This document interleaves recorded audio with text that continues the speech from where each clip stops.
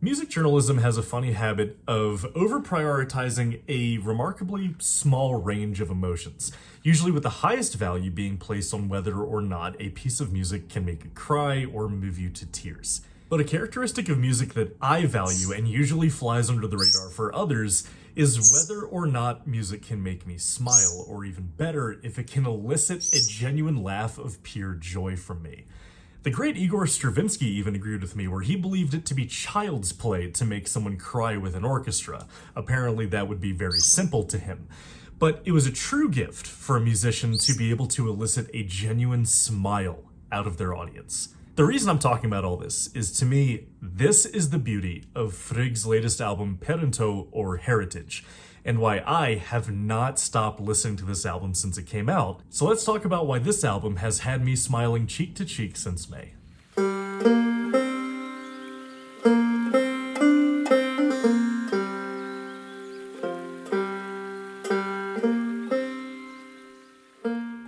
Though their albums date back over 20 years at this point, Finnish progressive folk band Frigg has been a genuine favorite of mine in the Scandi folk scene ever since I first heard their album Frost on Fiddles from 2017.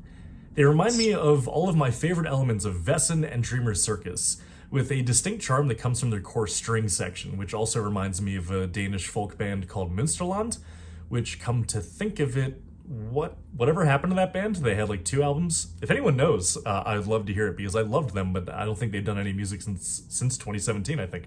But anyway, while Frost on Fiddles was a lot more classically flavored, it had a very artsy elegance to it in a way that reminds me a lot of what progressive folk and Americana and bluegrass bands are doing over here stateside.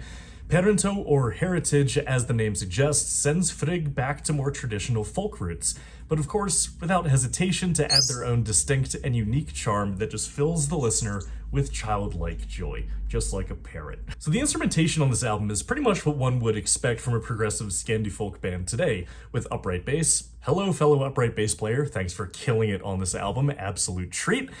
Fiddle, cittern, guitar, mandolin, pipes, and probably some other instruments that I'm forgetting. But as is usual for this genre, the fiddles, the cittern, and the mandolin are the real melodic stars of the show. Now, something that's worth mentioning is, in larger ensembles like this, the identities and styles of the various musicians that are a part of the band run the risk of getting swallowed up by the whole. But with Frigg, I can just sense the personality of the musicians working together towards the band's whole sound, if that makes any sense. It's much easier said than done to have a large group of musicians both be their own individual musicians while creating a harmonious whole of a band. But back to the album itself, I really can't oversell just how joyful this album is. For those of you who remember back to my review of Emilia Lorentzon's debut EP, I mentioned that a phrase you often hear in Nordic trad folk is smiling with a tear in your eye. But with Perintö, it's really just all smiles. I mean, there are some more emotionally gripping parts scattered through, of course, especially with the track Lykkenskan. But a big part of the joy and smile-inducing aspects of this album is just the fact that you can hear how much fun these musicians are having and how passionate they are, which is, to me, is just so important in this style of folk music. And nowhere is this more prevalent in this whole album than in my favorite track on the album, and maybe even my favorite track of the year, Reipasti Veteliste. Cricket just threw my glasses on the ground. Onto the track.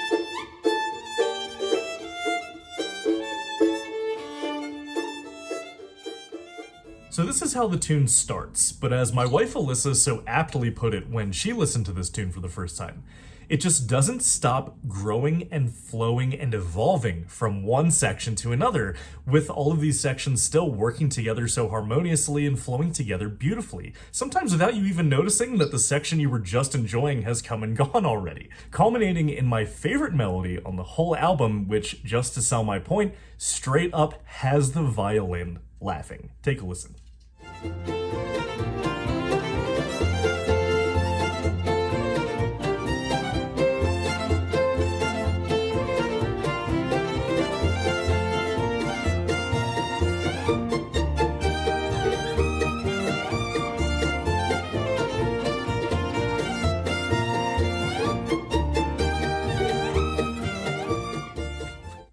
If that doesn't make you smile and maybe even laugh along with the violin, I just don't know what to tell you. Maybe nothing will make you laugh. But another great track on this album that exudes a joyful and even festive atmosphere is, forgive me for this pronunciation, as you all know, not entirely familiar with Finnish, Papelon Palola and Keteli Quateli Heiteli. Let's take a listen.